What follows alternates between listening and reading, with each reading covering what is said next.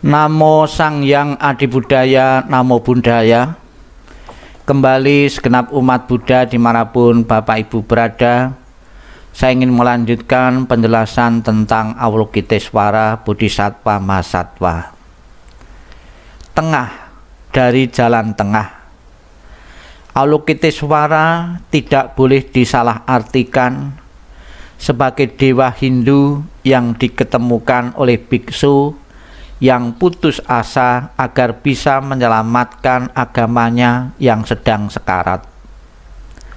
Dia mewakili jawaban bagi kebutuhan yang menekan dan pengalaman hidup bagi orang kebanyakan yang melihat Buddha Dharma lebih dari sekedar kitab suci dan pengetahuan, atau lebih buruk daripada itu, sebagai komersialisasi religius dan apati spiritual. Sementara Theravada cenderung terlalu menekankan aspek manusiawi Sang Buddha, Mahayana condong untuk mendewakannya. Namun dalam doktrin Avalokitesvara yang diterima oleh kedua aliran, setidaknya dalam prinsip sebagai perwujudan karuna, kedua aspek itu, manusia dan dewata, melebur bersama dalam sebuah keistimewaan, dalam sebuah keseimbangan spiritual.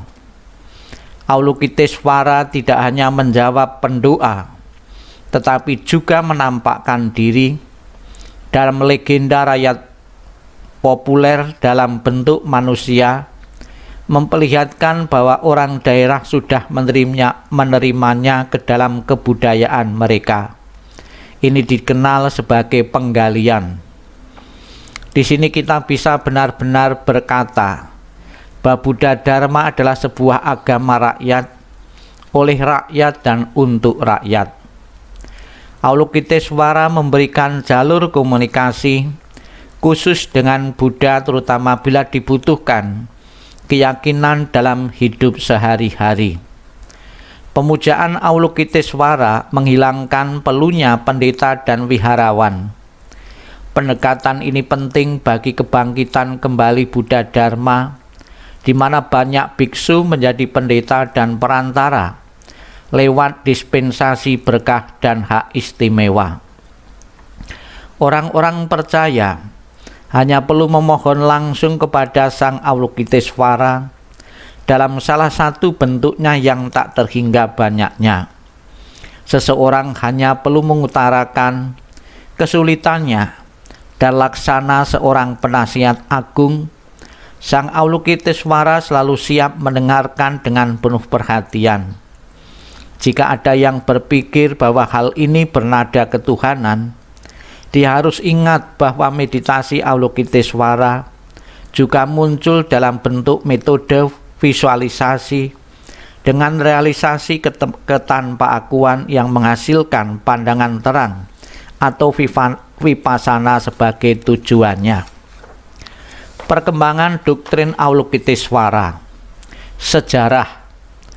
Walaupun tidak diketahui secara pasti kapan dimulainya pemujaan terhadap Avalokitesvara, diyakini hal itu terjadi di abad kedua sebelum Masehi, saat doktrin tersebut mulai berkembang untuk membendung pengaruh pemujaan dewa, Brahmanis, dan kebangkitan kembali agama Hindu. Walaupun nama Avalokitesvara tidak diketemukan dalam naskah-naskah awal, ada dua khotbah berjudul Avalokita, nama lain bagi Avalokitesvara dalam Mahavastu.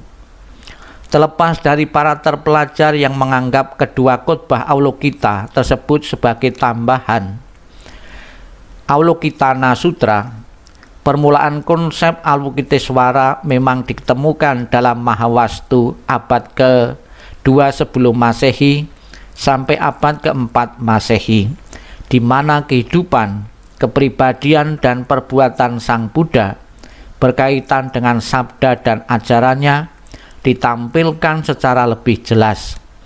Kita mulai melihat Sang Buddha sebagai perwujudan karuna agung. Karya Mahayana awal lainnya, Diyawadana 150 sampai 50 sebelum Masehi, menyinggung mantra 6 suku kata yang kemungkinan mengacu pada Mani Padme Hum, mantra Avalokitesvara. Dia tidak disinggung langsung dalam Lalita Westara, sebuah karya Sarwatiwada diterjemahkan dalam bahasa Cina pada tahun 308. Tetapi dalam bab pendahuluan tercantum nama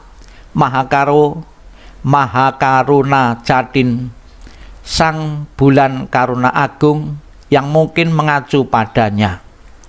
Naskah Mahayana belakangan seperti Sadama Pundarika, Sukawati Yuha, dan Amitayur Dana Sutra memberikan status yang lebih tinggi kepada Avalokitesvara daripada kebanyakan bodhisattva lainnya. Keseluruhan bab 24 Sadama Pundarika Sutra, Samantamuka Pariwarta, bab pintu semesta, berisi cerminan kesementaraan kesemestaan karuna Avalokitesvara. Amitayuswadana atau Parime Ayus Sutra diterjemahkan pertama kali dalam bahasa Cina pada abad ke-2 Masehi, menyinggung Avalokitesvara sebagai putra Buddha. Bab 31 dan 34 bersama dengan Mastama Prapta, keduanya memancarkan cahaya yang meliputi Sukawati. Dalam Amitayur Wadana Sutra, mereka dinyatakan bersama dengan Buddha Amitayus sebagai penguasa Sukawati. Namo Sang Hyang Adibudaya, Namo Buddhaya.